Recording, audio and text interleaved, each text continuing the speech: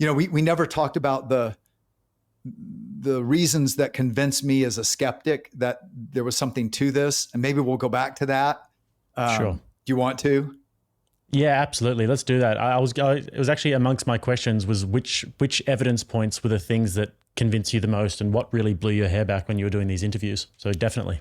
Okay, well, let's go there, and then I'll take you into a common experience through one of the things that most convinced me. So the first thing that convinced me is that when people leave their bodies, they're still in the room of their resuscitation, and they're able to describe what happened. So, and by the way, this is not just a one-off. These are people all over the globe. So one cardiologist that I interviewed actually wrote up his experience in The Lancet, which is Europe's most prestigious medical journal. Near-death experiences and these verifiable observations have been written up in the Journal of the American Medical Association. In fact, over 900 scholarly publications like that have chronicled this. That started to convince me, but it convinced many skeptical medical doctors. So, for instance, I report in Imagine the God of Heaven on Mary, who was in the hospital in London. She's giving childbirth. She bleeds out, and basically her heart stops. She leaves her body and has a lot of the commonalities of moving through this tunnel into this place of beauty and brilliant light, and in the presence of God, of light and love. She never wants to leave, but he tells her, your son's going to live. You need to go back. As she's coming back into her body, she passes through the ceiling, past the top side of a ceiling fan. This is in the 90s in London, still had ceiling fans in hospitals, and she sees a red sticker on the top side of the ceiling fan. She comes to, and she's telling all the nurses and doctors of this incredible near-death experience. They all think she's psychotic. They're not listening. She finally gets one nurse, and she says, look, you said this and you did this and that. And the nurse realizes, oh my gosh, I mean, she had a flat EEG, no brain waves. Okay. Which, by the way, that's one of the 10 points of evidence that I point out in chapter 2 of Imagine the God of Heaven. That if an alternate theory is going to make a good theory, where are these memories being stored if someone had no brain waves? Okay, so no neural networks working. The brain is flat EEG. So how do they come back remembering things when they had no brain waves? So Mary says to the nurse, I can prove this is true. Go get a ladder and look on the top side of the ceiling fan. You'll find a red sticker, and here's what it says on it. And the nurse does that and finds the red sticker with those exact words. Now, I've got evidence. Dr. Pim van Lommel, this cardiologist in Holland, who writes up in The Lancet this case of a guy found dead in a park. They take him in the ambulance. They're doing CPR. 30 minutes, he's dead, but he doesn't come to. His heart doesn't start beating. He's in the ER, and the nurse is going to give him oxygen. Notices dentures, takes the dentures out, puts it in the lower drawer of the crash cart, intubates him, ventilates him. They shock him. They get his heart started, but he comes in coma, and he leaves in coma. They put him in the ICU. So he was never, he never did not have a flat EEG in the operating room. Well, I guess his EEG may have started after his heart, but most of the time in there, he had no brain waves. A week later, he comes to in another room. The nurse comes in to give him medications, and he says, you know where my lost dentures are, because you're the one who put them in the lower drawer of that cart with all the bottles on it. And then he goes on to explain that he was up above trying to get their attention, that he was fine. Why were they panicking? And he described who was in the room, what they did, and the cart that his dentures could be found in. And that's exactly where they found his dentures. These verifiable observations have actually been studied. So This is evidence. If people are saying these things and you can go and check them out, this is verifiable evidence. So Dr. Jan Holden did a study of about 100 patients who had had a cardiac arrest and claimed to have a near-death experience, and asked them for observations. And each one might make 5 or 10 observations. And then she went and verified those observations. She found that of near-death experience observations, 92% of them were completely accurate. 92%. Another 6% were mostly accurate, maybe some missing details. Only 2% were inaccurate, turned out to be one of the patients. Now, that was compared to a control group of people who had cardiac arrest, but did not claim to have a near-death experience. And they were asked, what do you think happened during your resuscitation? And they were like 20% accurate. Like they were just guessing, like what they'd seen on ER. So verifiable observations ground these experiences in our reality. Again, it's like a third-dimensional person watching a two-dimensional world. So that's the first one. The second one is that when people blind from birth have a near-death experience, they can see. And they report all the same commonalities of sighted people in their near-death experience, even though when they come back to Earth, they can't see still. So I'll give you Vicky's example, because she also gives a lot of the commonalities of the full-blown experience. So Vicky's 22, blind from birth. And by the way, people blind from birth, they don't dream in pictures. They don't have any mental pictures. They don't have that sense at all. And yet when she dies in this car accident, she's up above her body. She's watching the surgeons and nurses panic because she just coded. And she's trying to adapt to this new thing called sight. And the reason she realized she was dead is she sees the body on the table has very long hair, and she had long hair. And she notices the wedding ring has an orange blossom, and she knew her wedding ring had an orange blossom on it.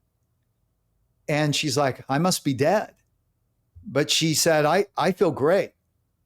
And she was a believer in Jesus. And she's like, I know where I'm going. I'm not staying here. I'm out of here. I can't wait. And boom, she shoots up. So now a couple of things of the commonalities is this new spiritual body, new abilities to experience sight, telescopic sight, communication that's thought to thought, heart to heart, pure, the ability to travel in new ways. So like she shoots up out of the hospital and she's above the hospital. She's seen the cityscape around her for the first time. She's able to report all these things. Another near-death experiencer who is blind from birth, Brad, that I'm actually talking to this afternoon. He was up above his body and watching as his roommate, because he was 8 years old and in the home for blind children, panics because he hears him die and gets up and is trying to get out to get some help and keeps running into things. And he saw all that and was able to later report it. So these are commonalities, and travel is a commonality. Now, many times people say this, it's almost like a portal, like a tunnel opens up, and they travel through this tunnel. And sometimes they say it was black. Sometimes it has color. Sometimes it doesn't. Interestingly, Vicky and Brad talked about colors. And all these colors. Now, that's another commonality is sighted people say there were colors far beyond our color spectrum. And as I'll get to, that's because of the light of this new world is light of another kind. You know, our colors are made up of the light spectrum of the sun, but this is light of another kind. And when Vicky goes into, then she sees a tunnel, she goes into this tunnel and she said, you know, of color, all I can say is there were all these varying brightnesses. That's the way she described it as a blind person. She said, maybe I could say they're colors, but I don't even have words to be able to know what the colors were. But there are all these varying brightnesses. And then I go into this tunnel, and suddenly there's no color. And she thought to herself, is this darkness? Fascinating, because many say they go through this tunnel that is dark, but there's a light at the end. She comes out into this world of light and beauty, not unlike Earth. And she describes grass, beautiful green, grass. And they described it as, and again, this is what people are commonly saying. They talk about the grass like this one bank president I interviewed who loved to golf.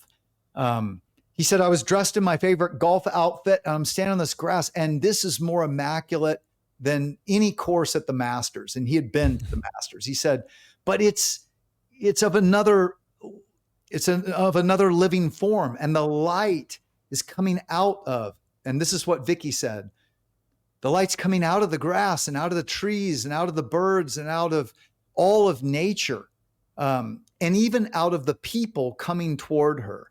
And here she experiences this welcoming committee she sees her grandmother, she sees Debbie and Diane, two of her friends who died at age 7 and 9. They were also blind, had a lot of health issues.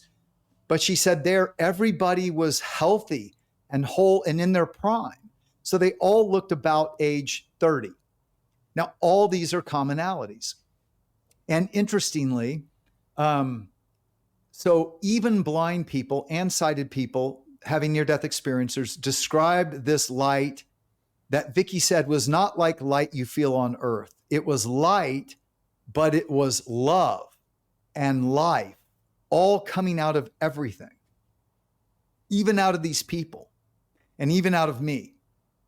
And interestingly, Isaiah, who is an ancient Jewish prophet, right, writing in 780 BC, says in Isaiah 60, there is no sun or moon in heaven, for God is its light.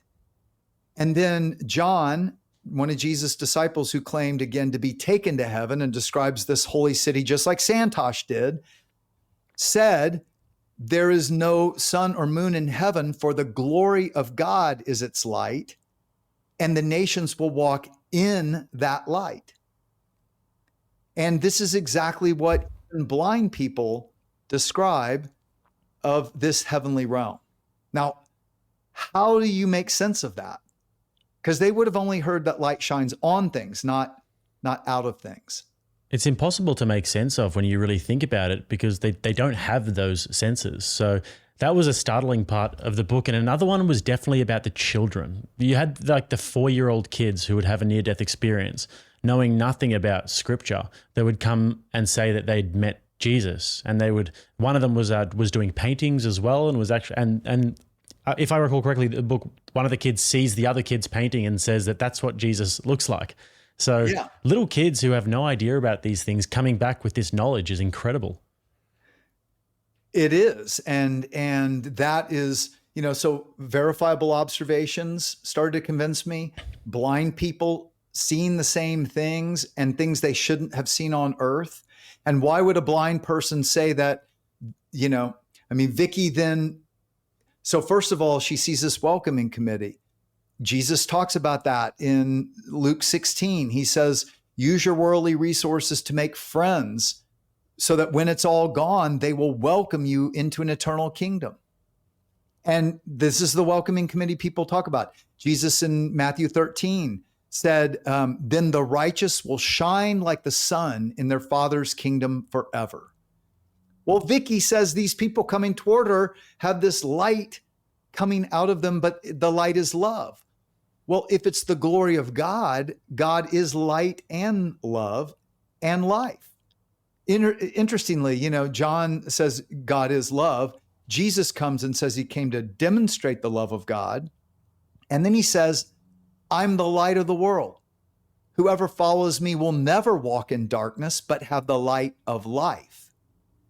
So it's this, you know, and interestingly, Paul in Romans 8 says, we will share in the glory of God if we share in the sufferings. And so even as we suffer through this life, as we hold on to God and we don't deny him, but we walk with him and we try to love even through the pains and the sufferings, I believe we are creating capacity for how much we're able to share in and overflow in this light that is love and life. I mean, imagine all the love and life that created the good things of this life, but you're experiencing them coming out of you. We'll share in that. And I'll tell you, I interviewed this one guy, Wayne, in Australia. He's a lawyer. Sounds like an Australian, Wayne. And he said to me, you know, when he had this near-death experience, he's coming toward this brilliant light. And in the center, he couldn't make out like a face or much of a figure, but he sees arms outstretched as if just waiting to hug him. And he's feeling his soul, his spirit, just overwhelmingly filled up with this love that is, he said, it's like ecstasy, like just ecstasy. And he thought, if I get any more, I think I'm going to explode. And then it starts to go down. And he thought to himself, I just thought that. I didn't say that. Did he hear me? Did he hear my thoughts? And then he thinks to himself, no, don't take it away. Give me all you've got. And then he hears a chuckle. So he hears a little laugh and it starts to fill him up more and more. And, you know, this is the other thing about just the box we put God in. I mean, God is a being who is enjoyable to be with. Like the person who gets you the most, who you love being with the most, they're just a little bitty tiny taste of the one who created you and knows you and has been with you through ups and downs and thick and thin, everything. Wow. What a great way to put it. Whys of everything. Yeah. No, that's a fantastic way to put it. I mean, when you really think about the people who you love the most and who get you the most, and then you think about God and like you said, that he knows everything about you, it'd be such an amazing experience. And also, I remember you in the book, it says that Jesus has a good sense of humor as well, and that God has a sense of humor. And that's also quite interesting because heaven seems like more of a fun place like that. But for those of us who are a little bit more adventurous and rebellious, heaven seems like quite a fun place where you can actually have laughter and play and all of these things as well. Absolutely. And, you know, and that is where we limit God by putting God in a box and somehow thinking that this world that is screwed up, quite honestly, you know, it's the free will creature trying to get my will be done in my life and your life. And by the way, God's life too. Like, God, why don't you do it the way I want? And well, then, you know, and we give him the fist and we go our own way. Yep. This life is broken. So why would we think the life to come where God's will is perfectly done and all those who choose to want God to reign and rule, why would it be less? It's not going to be less.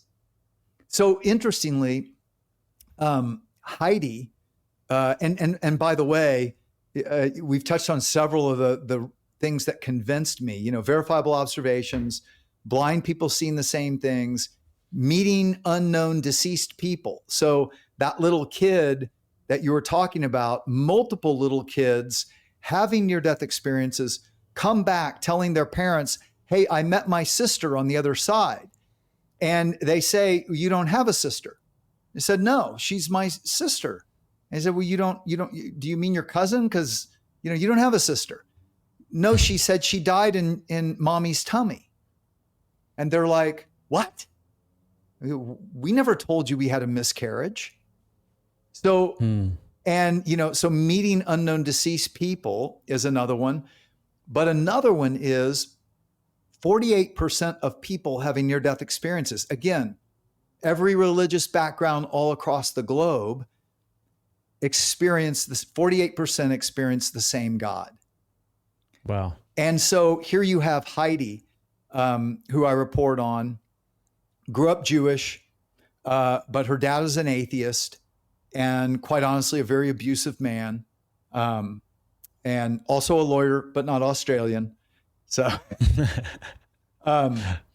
but he had a mantra. He said to her and her two sisters every day of her life, there is no God. Your life is worthless. Jesus Christ is the biggest hoax ever perpetrated on mankind. Wow, Okay. sounds like a great guy. Yeah. Well, and quite honestly, as a teenager, he trafficked her to his clients. So not a great guy. Okay. Yep. We're talking evil. Yeah. But she always believed in God and she always prayed to God. And she went to God as a little child going through all these evil abuses. She felt like God was her true father there comforting her as she would pour out her heart every night and kind of giving her peace and putting her to sleep. At age 16, her horse, she rode horseback, steps off the side of a cliff, falls on her and crushes her. She shoots up 30 feet in the air. She's above her body. She knows she's dead. And then she experiences, and she said, I felt great. I just felt horrible that my sisters had to see me die like that. Then she sees a light over her right shoulder and she turns and looks, and there is this man of light in a robe with a beard standing there, but he is light, more brighter than the sun. And she said, I looked at him and I said, I know you. And he gets this huge grin. And she said, it was like this great reunion, because she said, I didn't say to myself, what's a good Jewish girl like me doing with Jesus? You know, why am I seeing Jesus? She said, no, I knew that this man was the God I had prayed to my whole life. Wow. Now, why? Why in the world, right? And then Jesus gives her a life review. And in that life review, she sees herself as a little girl praying at night, and she sees Jesus sitting by her bedside. So God was there comforting her, and he shows her that. And then he gets this huge grin on his face and grabs her hand. Now, remember, she's a 16-year-old and she loves speed. She loves riding horseback through the mountains. And she said, we took off at first through our atmosphere, you know, past trees and hills and all that, but then just gone out. And this too is a commonality, is sometimes people say it's like they're traveling through our universe, but again, in another dimensionality. And to your point, I think, and many near-death experiencers think, you know, we look at the universe and we go, if there is a God, why create this vastness that will never be explored? Well, how do you know it'll never be explored? What if he created us to explore it forever, but not in this limited dimensionality where we can't, but in other dimensionalities where we will? And she experiences that. And then Jesus brings her to, he said, he brought her into this infinite light of love. And suddenly she finds herself sitting, what she could only describe as sitting on God's lap. Now, again, I don't believe every near-death experiencer. And I'm still skeptical and cynical. So I'm always looking for commonalities, not just what any one person says. And the first time I heard stuff like this, like Heidi saying she flew like Superman and Lois Lane with Jesus, I was like, yeah, right, you know. And then I hear another little 14-year-old girl who says almost the same thing. And I'm like, huh. And then I hear a CEO talking about the life of heaven and children playing and Jesus entering into that with them. And suddenly I started to realize, wait, you know what? I think maybe I have God in a box. Right. Okay. Like maybe God is the most free, innocent, playful, joyful being there is. And our problem is we've just grown old because of our sin. Mm, What if he's right. going to release us into the freedom of innocence and play like little children again? And that's what people say. And so Right. Heidi experiences this. Now, after I started to hear other people talk about a similar experience, I was like, well, okay. But she says things like, I experienced this God like a father, and Jesus was there too, but they were one, but separate. And she said, I can't explain how God can be a man and God can be love and God can be light. I can't, but that's what I experienced. And then she experiences this world of beauty. And again, this place of heaven is it's a place. I mean, it's a world. Imagine like our world, but far more vast. So they describe places and meadows and villages and a city, but it's a city of, like Santosh said, of otherworldly building material. This spine surgeon, Dr. Mary Neal, and interestingly, this blind kid described the city wall that Santosh described as hewn out of these huge blocks of stone, and it kind of looks like you would think of an ancient Roman wall, but very tall, 200 plus feet tall, and these huge gates that are more like Roman archways and 200 feet through. So there's like a tunnel through into the city. And they describe this gate as pearlescent. Okay, so multiple people describing it's not pearl, it's pearlescent. It's an otherworldly material that you can pass through, but it can also guard somehow.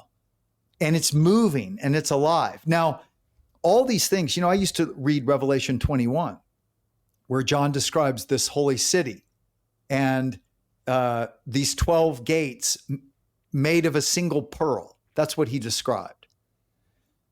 Well, when you have a blind kid describing this wall and, there's light coming out of this wall. And then he said, I came to this tube going through the wall. He called it a tube. And he said, but it was made of very smooth stone. And I'm sitting there going, oh my gosh, like he doesn't know this. But from what other people have said, this pearlescent material goes all the way through. So he would describe it as a tube, but other people describe it as a tunnel and an entryway. So you've got all these minor little details of a very real place, but it's a place of otherworldly building material, like Santosh said. But they go in and it's a city that is Dr. Mary Neal, the spine surgeon, who was, by the way, penned 30 minutes in a kayak underwater, dead. And yet she comes back. And she said, as I entered this and I looked through this gate into this city, she said it was bustling with life. Like people were very busy doing stuff. She said, I didn't know what, but it was like they were all very excited about what they were doing.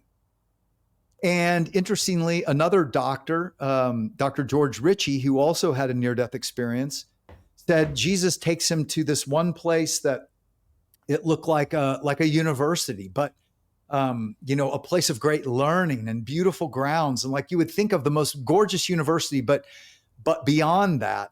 And he took him into places where people seemed to be doing like all kinds of. He said almost like scientific experiments, and they were just lost in their work. And then he took him to another place that was like a place where people were composing music.